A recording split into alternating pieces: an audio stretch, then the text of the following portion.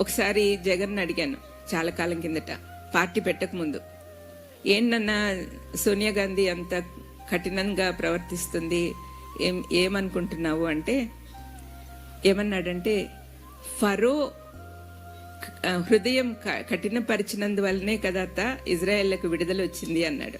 ఈ మధ్య ఒక వారం కిందట నేను కలిశాను.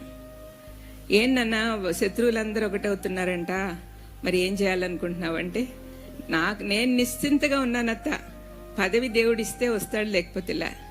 కానీ ఇంకొక మాట, అసలైన మాట, శత్రువులందరూ ఏకమైనప్పుడు దేవుడు మహిమపరచబడతాడు అన్నాడు.